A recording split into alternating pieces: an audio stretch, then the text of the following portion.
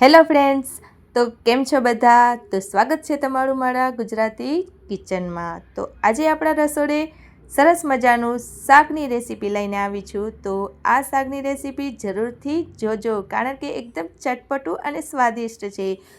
સૌથી પહેલાં આપણે લઈ લીધી છે મેથી। મેથી આપણે એક જોડી લીધી છે, તેને સરસ રીતે સાફ કરી અને ધોઈને તેની સરસ રીતે સમારી લીધી છે। અને 2 મોટા બટેટા લીધા છે, તેના પણ સારા મોટા મોટા પીસ કરી લીધા છે ને 2 મોટા ટમેટાં લેવાના છે। ત્યારબાદ આપણે મરચાં, લસણ અને 1 ઇંચ આદુનો ટુકડો લીધો છે। 8 થી 10 કલી આપણે લસણ લીધી છે અને મરચાં આપણે મીડિયમ જ લેવાના છે। ત્યારબાદ આપણે મસાલાની તૈયારી કરી લઈએ। એક ખાંડણી લેશું, તેમાં લસણ, આદુ અને મરચાં સરસ રીતે ખાંડી લેશું। એકદમ તેની અચકચરી પેસ્ટ બનાવી લેશું। આ મિક્સરમાં પણ કરી શકીએ છીએ, પણ તેનો એટલો ટેસ્ટ નહીં આવે। તો આપણે આ લસણની પેસ્ટ એકદમ અચકચરી રાખવાની છે। જોઈ શકો છો આપણી પેસ્ટ તૈયાર છે, તેને હવે સાઈડમાં રાખી દઈશું। ત્યારબાદ આપણે 1 વાટકીમાં 1.5 ચમચી મરચું પાવડર લીધો છે। જો તમે વધારે તીખું ન ખાતા હોય તો તેને ઓછું પણ લઈ શકો છો। અત્યારે 1.5 ચમચી મરચું પાવડર લીધો છે, અડધી ચમચી હળદર, અડધી ચમચી જેટલું ધાણા જીરું પાવડર અને અડધી ચમચી જેટલું ગરમ મસાલો લીધો છે। ત્યારબાદ એમાં થોડું પાણી ઉમેરીને સરસ રીતે આપણે તેની પેસ્ટ બનાવી લેશું। જો આ રીતે આપણે પેસ્ટ બનાવીને શાકમાં ઉમેરશું તો શાકનો કલર પણ ખૂબ સરસ આવશે અને ટેસ્ટ પણ સરસ આવશે। તો આપણી આ પેસ્ટ તૈયાર છે, તેને પણ હવે સાઈડમાં રાખી દઈશું। ત્યારબાદ આપણે એક પેન લઈ લઈશું અથવા કોઈ પણ કઢાઈ પણ લઈ શકો છો। તેમાં થોડું આપણે તેલ ઉમેરી દઈશું, કારણ કે આપણે બટેટા ડીપ ફ્રાય કરવાના છે। છતાંય જો તમને ડીપ ફ્રાય ન કરવા હોય તો સેલો ફ્રાય પણ કરી શકો છો, અથવા બટેટાને બાફીને પણ લઈ શકો છો, પણ તળેલા બટેટાથી સ્વાદ ખૂબ જ આવશે।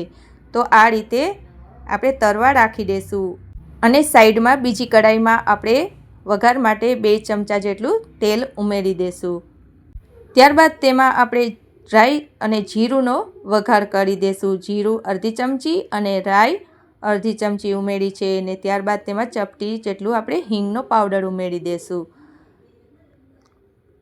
ત્યારબાદ તેને રાઈ જીરું થાય પછી જ આપણે તેમાં મસાલો એડ કરવાનો છે। આપણે લસણ મરચાંનો મસાલો બનાવીને રેડી રાખ્યો તો તેને તેમાં ઉમેરી દઈશું અને સરસ રીતે સંતરાવા દઈશું। જે તેની કાચાશ હશે તે દૂર થઈ જાય ત્યાં સુધી તેને સંતરાવા દેવાનું। જોઈ શકો છો મસાલો આપણો સંતરાવા લાગ્યો છે અને સંતરાઈ જાય ત્યારબાદ આપણે તેમાં જે ટમેટાં સમારેલા હતા તેને પણ તેમાં ઉમેરી દઈશું। આ જગ્યાએ તમારે જો ટમેટાની પેસ્ટ ઉમેરવી હોય તો પણ ઉમેરી શકો છો। તો સરસ રીતે આપણે ટમેટાને મસાલા સાથે મિક્સ કરી દઈશું। ત્યારબાદ આપણે ટમેટાને થોડીવાર સંતરાવા દઈશું। તેને સંતરાવા બસ 2 થી 3 મિનિટ લાગશે, તો ઢાંકણ ઢાંકીને રાખી દઈશું। તો ચેક કરી લઈએ કે ટમેટાં એકદમ ગળી ગયા છે। જોઈ શકો છો બસ 2 મિનિટમાં જ ટમેટાં ગળીને રેડી થઈ ગયા છે। ત્યારબાદ જે સૂકા મસાલા હતા તેની આપણે પેસ્ટ બનાવીને રાખેલી હતી તેને પણ તેમાં ઉમેરી દઈશું। તેને પણ બરોબર રીતે સંતરાવા દેવાનું। જો એમાં કચાશ હશે તો શાકમાં સ્વાદ નહીં આવે। તો આ રીતે તેને બરોબર રીતે મિક્સ કરીને સરસ રીતે સંતરાવા દેવાનું છે ને જોઈ શકો છો તેલ એકદમ છૂટું પડી ગયું છે। ત્યારબાદ જે વાટકીથી મસાલો આપણે તેમાં એડ કરેલો હતો તેમાં થોડું પાણી ઉમેરી ને તેને પણ આ મસાલા સાથે મિક્સ કરી દઈશું। બસ આપણો આ મસાલો રેડી થઈ ગયો છે। ત્યારબાદ જ આપણે જે મેથી સમારેલી હતી તેને પણ ઉમેરી દઈશું।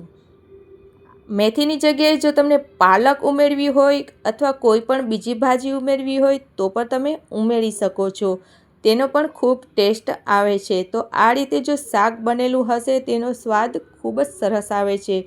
તો પાલકમાં પણ જરૂરથી બનાવજો। ત્યારબાદ આપણે તેમાં થોડું પાણી ઉમેરી દઈશું ને મેથીને પાકવા દઈશું। ત્યારબાદ તેમાં આપણે સ્વાદ મુજબ મીઠું ઉમેરી દઈશું ને સરસ રીતે તેને મિક્સ પણ કરી દઈએ. ત્યારબાદ જોઈ લઈ, ચેક પણ કરતા આવીએ કે આપણે બટેટા પણ સાઈડમાં તળવા રાખેલા છે. તો બટેટા પણ ચેક કરી લઈએ, તે પણ થોડા ગોલ્ડન બ્રાઉન થઈ ગયા છે ને આપણો મેથીનો મસાલો પણ રેડી થઈ ગયો છે. જો તમે એક વાસણમાં પણ બનાવવું હોય તો પણ બનાવી શકો છો. જો વધારે સમય હોય તો, આ ઓછો સમય હતો તો એક સાઈડમાં મેં બટેકા તળવા રાખ્યા અને બીજી સાઈડ મેથીનો મસાલો રેડી કરી લીધો. એટલે આપણે ટાઈમ પણ બચી રહે અને જલ્દી પણ થઈ જાય. જોઈ શકો છો મસાલો પણ રેડી છે ને બસ બટેટા તળાઈ ગયા છે અને તેને આ મસાલા સાથે ઉમેરી દઈશું.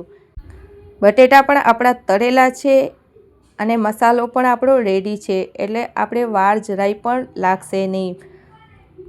બસ 5 મિનિટમાં પણ આપણું શાક આ રેડી થઈ જાય છે.